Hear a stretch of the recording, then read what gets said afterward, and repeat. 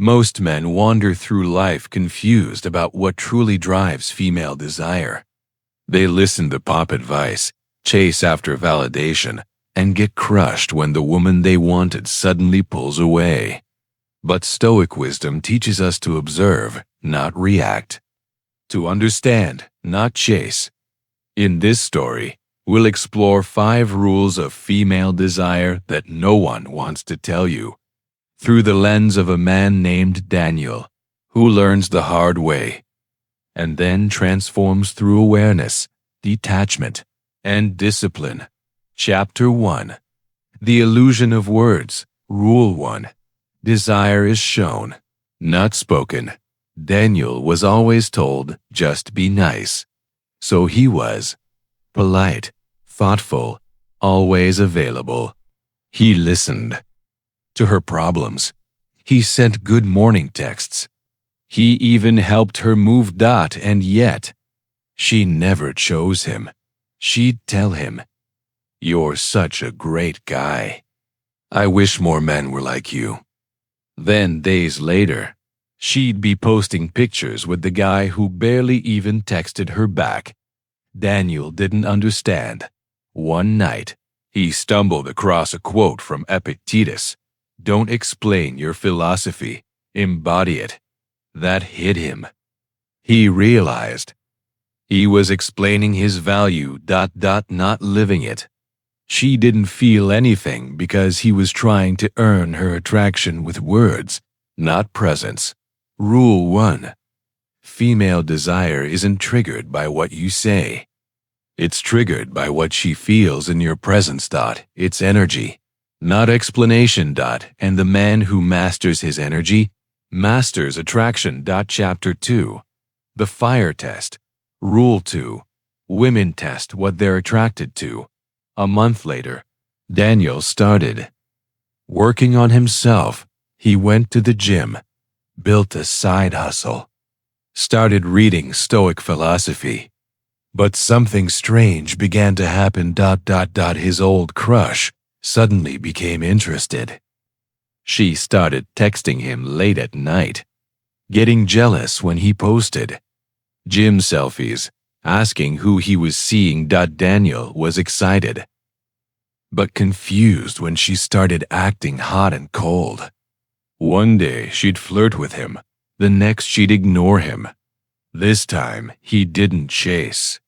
He remembered another Stoic quote: "If you want to improve, be content to be thought foolish and stupid." Epictetus, she was testing him, poking at his sense of self-worth. But he remained calm, centered. He didn't react emotionally. He didn't seek approval. He let her dance around the fire, while he stayed grounded in it. Rule 2. A woman will test what she's attracted to, not out of cruelty, but curiosity. She wants to know, are you really who you say you are? Or will you break the moment she pulls away? Daniel didn't break, and her attraction grew. Chapter 3. The Pullback Principle. Rule 3. Desire needs space to breathe. Eventually, things heated up. They started seeing each other more often. It felt like a dream until she suddenly pulled back. She became distant.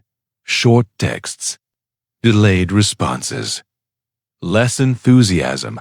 The old Daniel would have panicked, double texted, asked, "What's wrong?"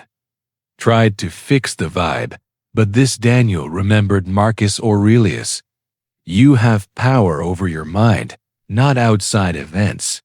Realize this, and you will find strength. Instead of reacting, Daniel leaned back. He focused on himself again, trained harder, invested in his mission.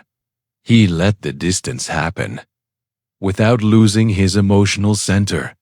A week later, she reached out again, curious, intrigued, wanting to reconnect. Why? Because space is where desire breathes. Rule 3. When you chase, you kill the mystery. When you hold frame, you keep her intrigued. Women need to miss you to want you. Just like fire needs air to grow. Chapter 4. The Mirror Effect. Rule 4. She feels what you feel about yourself. Daniel once believed that if he just looked confident, women would like him. But confidence isn't a look. It's a deep belief. And women can feel when it's fake. He remembered walking into a room once, full of nervous energy, trying to look cool. But no one took him seriously. Why? Because energy doesn't lie. Then one day, during a cold shower, a Stoic practice of discomfort, Daniel realized something. We suffer more in imagination than in reality. Seneca, his anxiety, all his doubts, were self-created. He began facing them daily. Rejection, he welcomed it. Failure, he studied it. He stopped needing to be enough for women and focused on being enough for himself. Something shifted. Women looked at him differently. They leaned in, smiled more, asked questions, not because he had lines, but because he had depth. Rule 4. A woman doesn't fall for your mask. She falls for the truth you carry silently inside. The more he believed in himself, quietly, deeply, the more she felt it. Chapter 5. The Detachment Paradox. Rule 5. The less you need her, the more she feels you. The ultimate shift happened the day Daniel walked away, not out of bitterness, not to punish her, but because he had outgrown the emotional tug-of-war. She didn't know what to do. He had become calm, collected, free, not cold, but unbothered, not emotionally unavailable, but emotionally sovereign. She cried when he didn't chase. She called when he didn't text, because something in her sensed he was different now. And the truth is, Rule 5. Women don't want to be your everything. They want to orbit a man who has his everything within.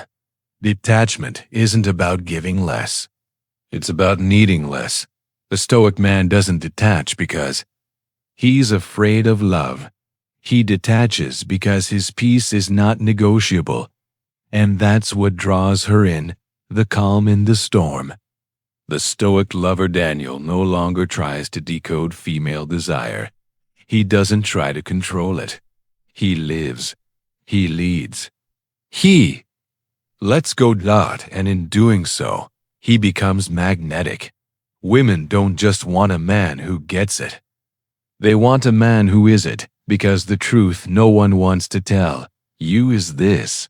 She desires strength, but the kind that's quiet. She desires depth, but the kind that doesn't beg to be seen. She desires presence, not performance. In the end, the Stoic man doesn't win because he plays the game better. He wins because he doesn't play the game at all. He becomes the prize, not by saying it, but by living it.